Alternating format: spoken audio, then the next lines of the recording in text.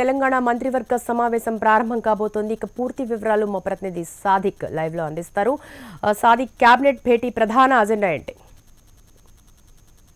Cabinet సమావేశం మరికాసేపట్లో సచివాలయంలో ప్రారంభం కాబోతుంది. ముఖ్యమంత్రి కేసీఆర్ అధ్యక్షతన జరిగే ఈ కేబినెట్ సమావేశంలో కీలకమైనటువంటి 20 నుండి 30 అంశాలపైన ఎజెండాతో రూపకల్పన చేశారు. ప్రధానంగా కేంద్ర బడ్జెట్ వచ్చిన తర్వాత రాష్ట్ర బడ్జెట్ను ఏ విధంగా తయారు చేయాలనిపైన సుదీర్ఘంగా చర్చించే అవకాశం ఉంది. ఎందుకంటే ఈసారి ప్లాన్ నాన్ ప్లాన్ లేకపోవడంతో రెవెన్యూ క్యాపిటల్ ఈ రెండు అంశాలపైన కూడా ఎట్లా తీసుకోవాలని దానిపైన కూడా ముఖ్యమంత్రి కేసీఆర్ వివిధ శాఖకు సంబంధించిన అధికారులకు అదేవిధంగా మంత్రులకు కూడా ఆయా సంబంధించిన అంశాలపైన కూడా కూలంకషంగా చర్చించి బడ్జెట్ అలొకేషన్స్ ఏ విధంగా ఉండాలి, దానికి సంబంధించిన కేంద్రం యొక్క ప్రతిపాదనలు ఎలా ఉన్నాయి, దానికి సంబంధించిన ప్రొఫార్మా ప్రకారంగా బడ్జెట్ ఏ విధంగా రూపొందించాలని దానిపైన కూడా సుదీర్ఘంగా చర్చించున్నారు. దీంతోపాటుగా 25 నుండి 30 ప్రధాన అంశాలపైన ఈరోజు చర్చ ఉండే అవకాశం ఉంది. ప్రధానంగా ఎస్సీ సప్లాన్ సంబంధించి దానిపైన ప్రభుత్వం ప్రతిష్టాత్మక తీసుకుంది. దీనికి సంబంధించిన దానిపైన కూడా గతంలో ఎన్నడలేని విధంగా ఎస్సీ సప్లాన్కు నిధులు కేటాయించే దానిపైన ఏ విధంగా ఉండాలి, దానికి సంబంధించిన ఇప్పటికే బడ్జెట్ అలొకేషన్స్ ఏ విధంగా ఉండాలి, అంటే గతంలో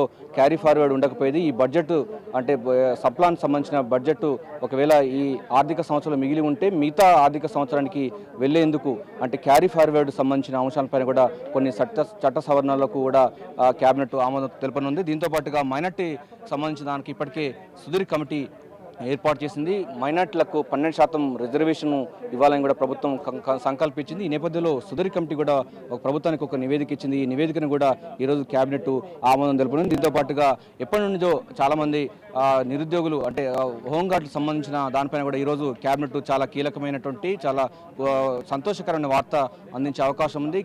హోంగార్డులకు కూడా శాలరీ పెంచేందుకు కూడా ఈరోజు కేబినెట్ అప్రూవ్ కాబోతుంది. కేబినెట్లో హోంగార్డులకు శాలరీ పెంచే అంశం కూడా ఒక ప్రధాన ఎజెండాగా ఉండబోతుంది.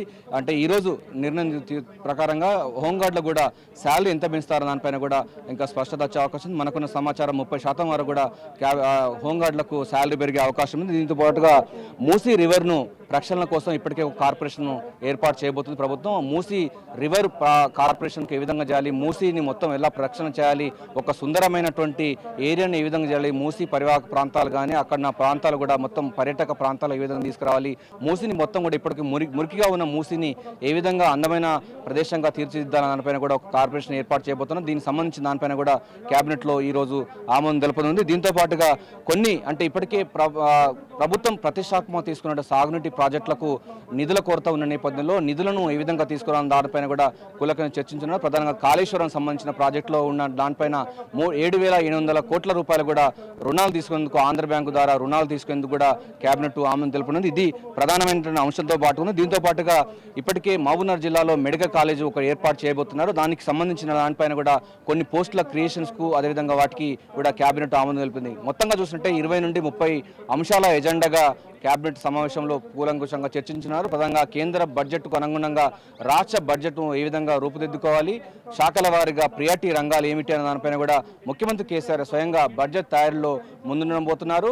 మంత్రులకు అధికారులకు కూడా బడ్జెట్ ఏ విధంగా తయారు చేయాలి, దానికి సంబంధించిన తెలంగాణ కాన్సెప్ట్లో తెలంగాణ భాషలకు అనుగుణంగా బడ్జెట్ ఏ విధంగా ఉండాలి, కేంద్రం నుంచి వచ్చే నిధులు ఎంతవరకు వచ్చాయి, ఈసారి ఏ విధంగా తెలంగాణకు అంటే కేంద్ర బడ్జెట్లో ఏ విధంగా ప్రియారిటీ ఉన్నది, అందుకు అనుగుణంగా మన బడ్జెట్ ఏ విధంగా తయారు చేసుకోవాలి, ఈ ప్రియారిటీ రంగాలు ఏమిటి అంటే అంశాలపైన కూడా ముఖ్యమంత్రి కేసీఆర్ స్వయంగా మంత్రులకు అధికారులకు దిశ నిర్దేశించున్నారు. ఈ అంశంతో పాటుగా బడ్జెట్ సమావేశాలు కూడా ఎప్పుడు పెట్టాలని దానిపైన కూడా ఒక క్లారిటీ వచ్చే అవకాశం ఉంది. శిరీష, అయితే సాదిక్, కొద్దిసేపటి క్రితం ఆర్థిక మంత్రి ఈటెల రాజేందర్ సీఎం కేసీఆర్ ని కలవడానికి కారణం ఏంటి? ముఖ్యంగా బడ్జెట్ రూపకల్పనలో భాగంగానే సీఎం ని కలిశారా?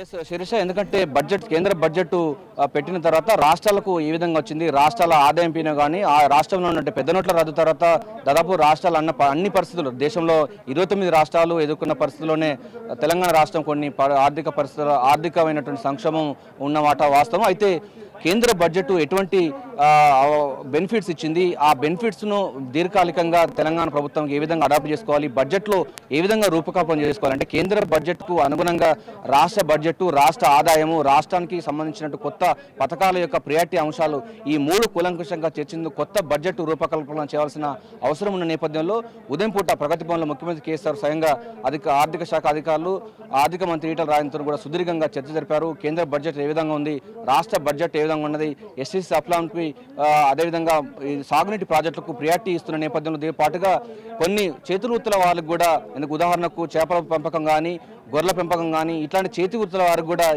ఈసారి బడ్జెట్లో చాలా పెద్ద పీట వేసే అవకాశం ఉన్న నేపథ్యంలో ఈ బడ్జెట్ను ఈ విధంగా అలోకేషన్ చేసుకోవాలి, కేంద్రం వచ్చే నిధులు ఎంత, రాష్ట్రంలో ఉన్నటువంటి ఆదాయ వనరులు ఎంత, మన బడ్జెట్ ఎంత ఉండబో దానిపైన కూడా ఇప్పటివరకు ఆర్థిక లోటు ఎంత ఉన్నది, వీటన్ని కూలంకుషంగా తయారు చేసి ఈరోజు క్యాబినెట్లో చర్చించున్నారు. వచ్చేటువంటి ఆర్థిక సంవత్సరానికి బడ్జెట్ ఏ విధంగా రూపకల్పన చేసుకోవాలి, ప్రియారిటీ అంశాలు ఏంటిపైన కూడా ఇప్పటికే ముఖ్యమంత్రి కేసీఆర్ ఉదయం పూట అధికారులకు మాట్లాడారు. అదే అంశంపైన ఈరోజు మిగతా సంబంధించిన శాఖ అధికారులతోని వాళ్ళకు సంబంధించినటువంటి ప్రియారిటీ ఇప్పటికే కొన్ని ప్రపోజల్స్ కూడా వాళ్ళు పెట్టారు. ఆ ప్రపోజల్ అనుగుణంగా కొత్త బడ్జెట్ రూపకల్పన పైన క్యాబినెట్లో సుదీర్ఘంగా చర్చించి బడ్జెట్కు తుది రూపం ఇచ్చేందుకు కూడా ఈ క్యాబినెట్ ఏర్పాటు చేసిందని అనుకోవచ్చు. అదేవిధంగా బడ్జెట్ సమావేశాలు ఏ విధంగా ఎప్పుడు ఉండాలనిపైన కూడా ఒక క్లారిటీ వచ్చే అవకాశం ఉంది. Sirisha. Right, thank you Sadiq.